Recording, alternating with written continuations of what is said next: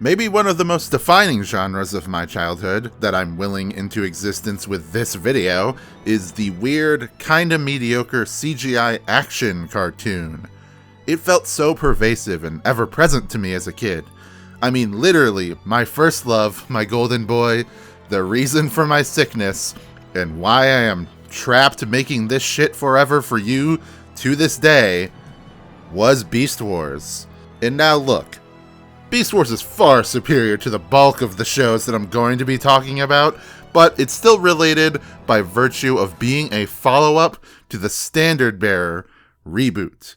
I think I've always been trying to chase that high that I got from seeing Dinobot fucking die as a kid and grappling with my own mortality at the age of 4. Unfortunately, the real adventures of Johnny Quest never quite cut it for some reason. What kid? Now, if the godless light of your computer screen can reach your eyes, you'll dutifully notice that this isn't a video about Beast Wars. No, my dear viewers, that chestnut is gonna need fucking Mjolnir to crack it, and nobody on Earth or Cybertron is prepared for that video just yet, especially not me. I have another much worse, much less popular subject in mind. Before we get into that, though, it wouldn't be a Wyatt video without some long-winded preamble, would it? Another big part of what made me attracted to these types of shows was being 6 when Jak and Daxter came out. Getting that game alongside the cutting-edge PS2, and of course a copy of The Matrix, as was the law for buying a PS2 in 2001, really cemented the idea that full 3D cartoons and cutscenes were the future. I was already obsessed with Crash and Spyro at this point, on top of Beast Wars, so I was already familiar with cartoony characters in the third dimension, but Jak and Daxter felt like the real deal. In Crash, you get an intro cutscene and then maybe some stuff in between areas, then the ending, and that's it. Spyro was definitely a bit more involved, but Jak and Daxter was so much more cinematic. It's a hack as fuck quote, but to my 6-year-old brain, it literally was indistinguishable from Toy Story. The scenes were all beautifully animated and acted out, far, far above anything else at the time. It was the same fun gameplay of Crash, but in a huge sandbox world. It was funny, the little orange rat guy insults you whenever you die. But it was also a gorgeous world, expertly realized with a killer vibe, and it was cool. The game really put in my head that ancient Magitech stuff littered around a low-tech, rural kind of country setting is 1000% my shit. Beast Wars had the sophisticated storytelling and impeccable character writing, plus the toys, but Jak and Daxter had that hang-outitude down pat. I recently played through the whole game right before writing this video, and I cannot believe how good it still is on that level. I just kept stopping and just being floored by the low-poly beauty of the world and how much it still, 22 years later, makes me want to live there. For whatever reason, as a kid, the 3D-ness of a given piece of art, be it game or cartoon, helped me be immersed in the world. I mean, if you know me, you do not need to hear me drone on about what Metroid Prime did to my psyche. Nowadays, I can obviously appreciate a variety of styles and be immersed in a cartoon regardless if it's 3D or not. The Owl House, for example, really gripped me with its world building, especially as it went on, and similarly with Craig the Creek. And those two shows are all X and Y axis, no Z to speak of. Even terrible garbage like those Bionicle movies I was in love with. Okay, I was already in love with the toys, but the movies made it all so real. With the robot characters and the island setting, it was like the perfect fusion of Beast Wars and Jak and Daxter, even if it's stunningly worse than both of those things. Like, not even close. For some reason, maybe due to budget constraints, companies all at once realized that doing hand-drawn animation for action shows is way too much of a pain in the ass. Not everything has the DC budget, nor the level of care as something like Avatar. Some shit just needs to get out there for kids to watch at exactly 6 a.m. in the morning before the bus comes for school, whether it's reruns of Digimon or fucking Transformers Cybertron again. But out of nowhere, one show came a-swingin' from the land to the north, Hyperborea, Land of the Ice and Giants, also known as Canada. A show that had it all: action, style, snarky cornball comedy, the 3 whole Ds, and, of course, a giant and unique world for my preteen brain to get lost in. My dear viewers, let me tell you more about Stormhawks. What we have here is a primo example of the exact world and series that I love. And of course, it was made by Canadians, the masters of real chaos magic. Before we get too ahead here, though, a basic rundown. Stormhawks started all the way back in 2007, or the last time there was a Metroid Prime game, or more specifically, the last time that I was happy. It was produced and animated by Nerdcore Entertainment, a studio started by Aesop Fipke, and looky here, he originally worked at Mainframe, my domain, and worked on Beast Wars, a true soldier, a legend. Before Stormhawks, Nerdcore made another kind of similar show in this vague genre I'm defining as we go, Dragon Booster. Not to be confused with Dragon Buster, the Namco game, or Buster Blader, the dragon-destroying swordsman. Dragon Booster is a show that even I barely remember or know what the hell it is. I think I saw 1 or 2 episodes on Jetix back in the day. I was more focused on Super Robot Monkey Team Hyperforce Go and Digimon Frontiers reruns at the time. Well, that was more of a racing/extreme sports sort of thing from what I remember. This was also that, but it was also a steampunk fantasy show set in a world just detailed enough to be cool.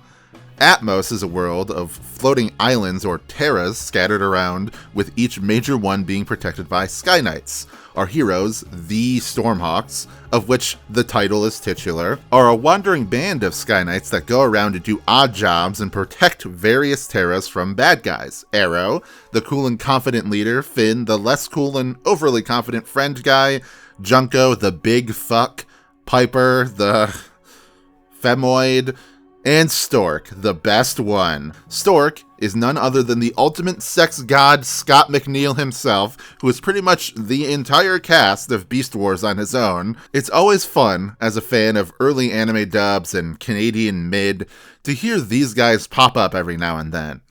I think the only 2 who are mildly under the radar are Colin Murdoch and Shiara Zani as Junko and Piper respectively.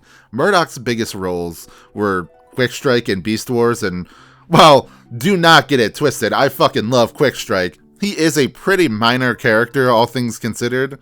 Zani is probably most well known as Daring Do and Friendship is Magic. As a kid, while my king Stork was always the fave, I liked the whole cast. Maybe Arrow and Finn a little less. I was just old enough to think that cool guys were not very cool.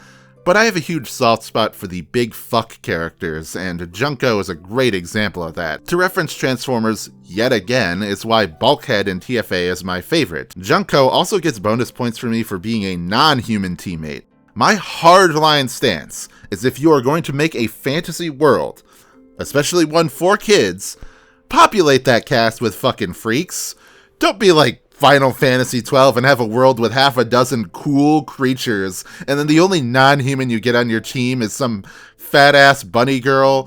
We got a rhino guy, we got a rodent thing, we got a weird green guy.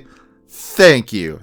It's all I'm asking for. Stormhawks is that perfect kind of mid where you are just engaged enough to keep on watching, you like the characters or the corny dialogue, sometimes the action grips you, or it does some really awesome concept. I mean, the world in general is genuinely awesome. Enough effort was put into it on a logistical and substantial level that you can tell the folks making it loved what they were making.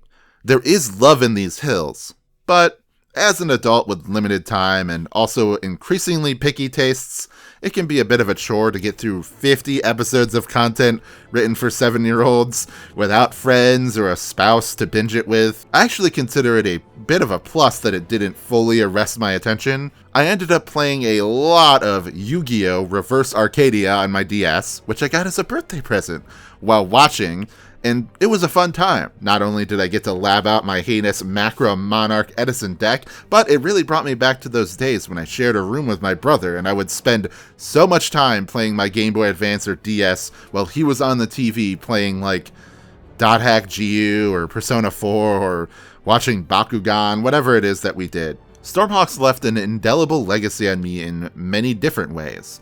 The episode Best Friends Forever, where Piper befriends an obviously evil girl that turns out to be Cyclonus, hit me weirdly hard as a kid. Watching it now, I don't quite understand why, but I think it was the first time I really thought any amount about female friendships, as insane as that sounds. I mean, I was a 12-year-old boy. And something about that touched me. It was also the first time I hardcore Yuri shipped two cartoon characters after the fact. Before Yomi and Tomo and Azumanga Daioh, or, of course, Applejack and Rarity and Friendship is Magic, we had Piper and Cyclonus. I think for me, beyond even the characters and the cool world, the most enduring element of the show is the art style. Back when I was a little kid watching Beast Wars and Reboot and, of course, Donkey Kong Country, the CGI always tickled my imagination, but as an adult, it's pretty clear how limited it all was. Still has a sort of stunning charm to it, don't get me wrong, but you know you are watching a cartoon from the 90s on a pure technical level. Stormhawks really doesn't have that issue. Visually, it's aged remarkably well. This was after Jet Set Radio and Wind Waker discovered that cell shading looked cool. It was also when every single Western cartoon in existence was trying to be like anime, no matter how surface level. The show has a pretty timeless quality to its style in a lot of ways. Even cheap things like the molded hair and the 2D backgrounds have their stylistic charm. The characters just look really appealing and feel very expressive. It makes me want to go hunting on eBay and buy a few of the toys, to be honest. I love obscure cartoon merchandise. One of my biggest sore spots with modern CGI cartoons is how inconsistent it looks. Like, you have a show like Troll Hunters from 2016 that still looks fantastic, Arcane from 2021, which had infinite money thrown its way, so it looks ungodly good. Then you have shows like Earthspark, Transformers Earthspark, which looks mostly pretty good. Some weird character designs and occasional janky animation, but amazing scenes and style from time to time. Then you have shows that just look like dog shit, worse than this cartoon from 2007. Like Kung Fu Panda the Dragon Knight. Really? You can't spare a few dimes for fucking Kung Fu Panda? Stormhawks has somehow stood the test of time. There is jank, there are corners cut, but they add to the charm, and it's absolutely still a pleasant watch to this day.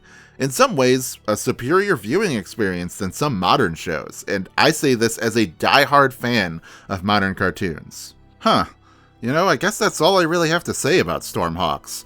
Normally I'd go into more detail in my reviews, but this is a very conceptual video, so I think brevity suits it best. Stormhawks is a show that kinda blends into the background static of your mind and quietly informs your taste. It's not standout in its era, and even contemporary reviewers were aware of that, but I think it shines brightest now, after the fact. If you have any interest at all in weird, dead-end toy lines or experimental CGI action shows, then I urge you to seek it out. It's easily watchable on a few free streaming services, like Tubi's less cool cousin, Freevee. That's where I watched it, and I think just like 5 episodes, maybe 4, will be enough for you to get the picture. Unfortunately, though, we don't get many shows like Stormhawks anymore, and that's a real shame. Nerdcore made a few more shows after that, but none really captured the same impeccable vibe. I really enjoy shows like Transformers Earthspark, but then I see those awkward, out-of-place, evergreen G1 designs beside a bunch of more interesting new characters like the Terrans, and my soul aches for something not related to an established IP. A return to that era of craven toy commercial cartoons where we weren't just regurgitating 80s nostalgia until the fucking heat death of the universe, and established brands were going out of their way to make wild shit. They made a Hot Wheels action cartoon. I watched every episode of it, and I don't remember a single moment of that show. My greatest hope is for the future to come, where I can make my own craven toy commercial cartoon, with its own inspired world, and colorful cast of new characters, and fun gimmicky lore. And I know exactly what show is going to be my guiding muse.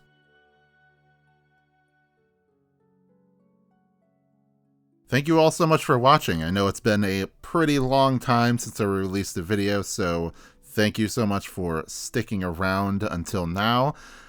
Please, if you haven't already, subscribe, and more videos just like this one, and hopefully even better, are on the way.